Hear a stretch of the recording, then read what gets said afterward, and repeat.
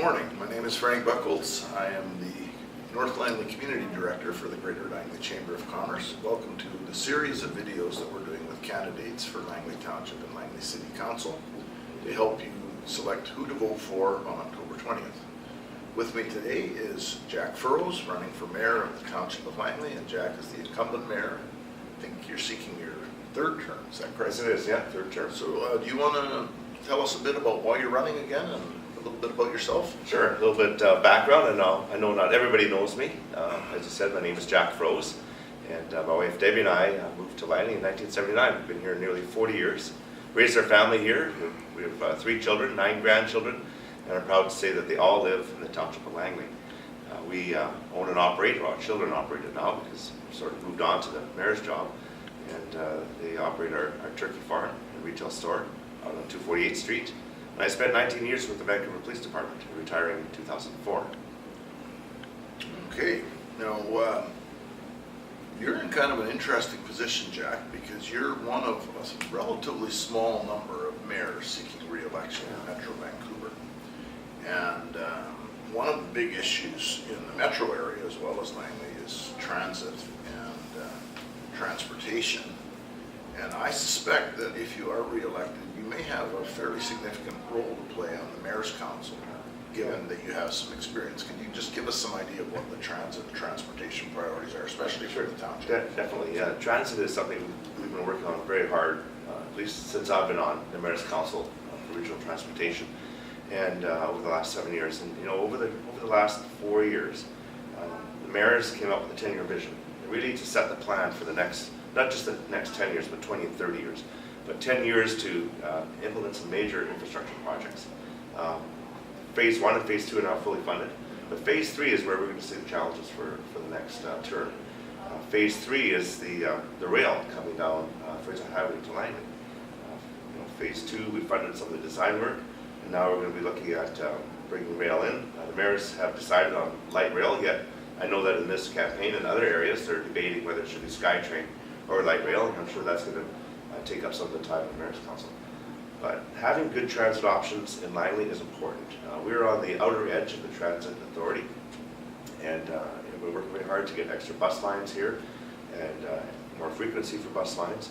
And I'm proud to say that in the Phase 2 funding, we've got more bus lines, we've got more handy dart service, more frequent buses, but it needs to continue to be worked on and to work with our regional partners to make sure that Langley gets their fair share and that our residents have good access to transit.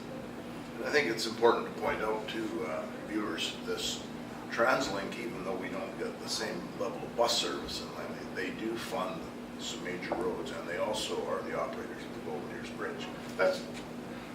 That's partially correct. They do fund our major road network, such as, for a good example is the Froese Highway, the widening projects that the township has undertaken in the last few years. 50% comes from TransLink funding. So that's the money that comes back in our community. The Golden Ears Bridge, they fund with the recent removal of the tolls. The province has taken over a good portion of it, and basically the province is now subsidizing TransLink for the cost. So that is being transitioned to the province because of the province's policy to remove tolling. So is the bridge actually going to be taken over completely by the province? That's my understanding. So and there's an agreement that's been reached with the province to make up the funding deficit because the source of funding for transit was the tolling. And once that removed, they've lost their source of funding, and the province has taken that up. So there's an agreement right now. It still has to be negotiated over the next year or two. And another thing that the new mayor of the township is going to certainly be involved in discussions on is the widening of Highway 1, which I think as we've done these series of interviews, it's become clear that this is a bigger and bigger issue to many candidates who are running for township council. What are your thoughts on that? Yeah, Highway 1 is something that's it's vital to our region, and I know that during the municipal conference in Whistler just a month ago, last month, myself and the city of Chilliwack, city of Abbotsford, and city of Surrey, we met with the Minister of Transportation and Infrastructure, Minister Clark Trevena, to impress upon her how important Highway 1 is to our region, not only just to our municipalities, but to the province for the movement of goods and to the national, it's for the national good, for movement of goods and services across our country. So been working very hard. It's the second meeting I've had with Minister Trevina on the widening.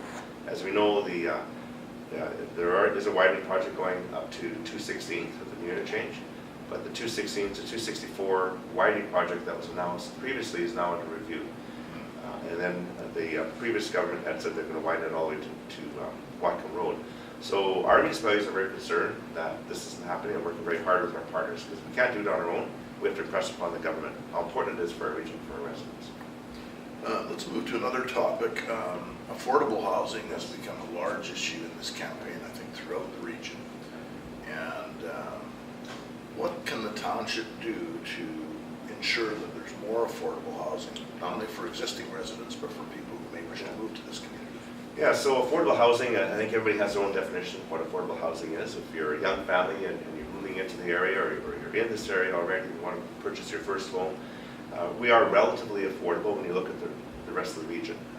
Townhouse development is really growing in this area, and young families and those who want to downsize are coming to our area, relocating here, and also those, like I say, that live in Langley already and want to start a family are looking for housing. So they're in the region, comparing to some of the other municipalities, we do have some of the lowest cost housing. But there's also the affordability part of housing. When you're looking at affordable housing for those that are marginalized and don't have the income. And we're looking to, and there's a formula, basically, I know that Metro Vancouver is a formula for affordable housing, where it's about 30% of your income goes towards rent. And the municipality is looking to work with partners who could bring that type of housing to Langley. A good example is the Shepherd Valley Lutheran Church. We've been working very hard on an affordable housing project that would meet the criteria of Metro Vancouver, and to bring that to Langley, we've been working with them. But one thing that I did in this last term was to introduce a bylaw that would waive the development cost charges for affordable housing projects. That passed with a unanimous vote. That is substantial cost savings to these organizations that want to provide that type of housing, affordable housing in the region. And we're continuing to work with other organizations who want to bring that type of housing in. So that's just one area that, as a municipality, we can help. But housing is a provincial responsibility, but we don't shirk our responsibility. We work with our partners to ensure that we can get our fair share of affordable housing. And finally, as a business organization, we're always concerned about taxation at all levels of government, and just wondering what you, should you be re-elected, can do to improve the business climate and keep taxation as low as possible for businesses. Yeah, you know, our businesses are vital. They provide the jobs for everybody. And small business is a huge part of our municipality, and taxation, property taxes is a big cost that we all have. In municipalities, it's generally, I'm just going to generalize, it's about 3 times what residential taxes are. And we want to make sure that we're competitive with other municipalities, and we don't lose businesses to other municipalities, and we stay on the low side of the average. We want to be below that. And I'm going to continue to work towards that our businesses have good competitiveness with other areas, that we want to attract businesses here and ensure that we provide jobs for our residents. Thank you very much. Thank you. Thanks, Frank.